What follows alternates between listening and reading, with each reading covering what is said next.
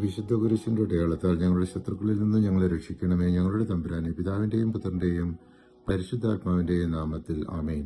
1 കൊറിന്ത്യർ 7-ാം അധ്യായം നമ്മെ വിവാഹത്തിന്റെ വിശുദ്ധി, അവിവാഹിത അവസ്ഥയുടെ അനുഗ്രഹം, വിശ്വാസിയല്ലാത്തവരോടുള്ള ജീവിതം, ദൈവവിളിയിൽ വിശ്വസ്തത എന്നിവയെക്കുറിച്ച് ഓർമ്മിപ്പിക്കുന്നു.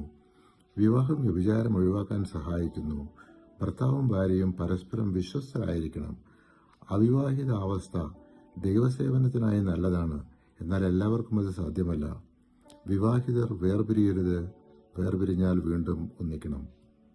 വിശ്വാസിയല്ലാത്ത ഭർത്താവ് ഭാര്യയാൽ വിശുദ്ധീകരിക്കപ്പെടുന്നു. വിശ്വാസിയല്ലാത്ത ഭാര്യ ഭർത്താവിനാൽ വിശുദ്ധീകരിക്കപ്പെട്ടിരിക്കുന്നു. 1 കൊറിന്ത്യർ 7-ാം അധ്യായം 14-ാം തിരുവചനം.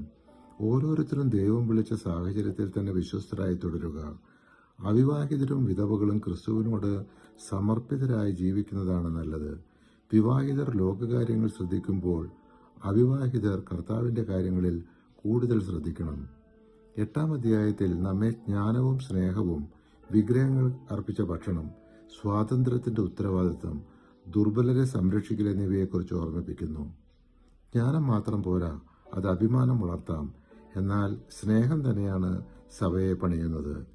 വിഗ്രഹങ്ങൾക്ക് അർപ്പിച്ച ഭക്ഷണ സാധനങ്ങളെപ്പറ്റിയാണെങ്കിൽ, ലോകത്തിൽ വിഗ്രഹമെന്നൊന്നില്ലെന്നും ഏകദൈവമല്ലാതെ മറ്റൊരു ദൈവമില്ലെന്നും നമുക്കറിയാം. 8-ാം അധ്യായം 4-ാം തിരുവചനം. ശക്തിയുള്ളവർ അവരുടെ സ്വാതന്ത്ര്യം ഉപയോഗിക്കുമ്പോൾ അത് ദുർബലർക്കെതിരെയാകരുത്. സഹോദരൻ വീഴുമ്പോൾ അത് ക്രിസ്തുവിനെതിരെ പാപം ചെയ്യുന്നത് പോലെയാണ്.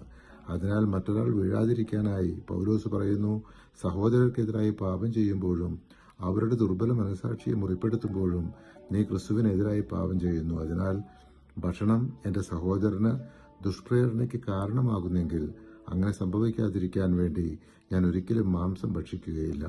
8-ാം അധ്യായം 12-ഉം 13-ഉം തിരുവചനങ്ങൾ.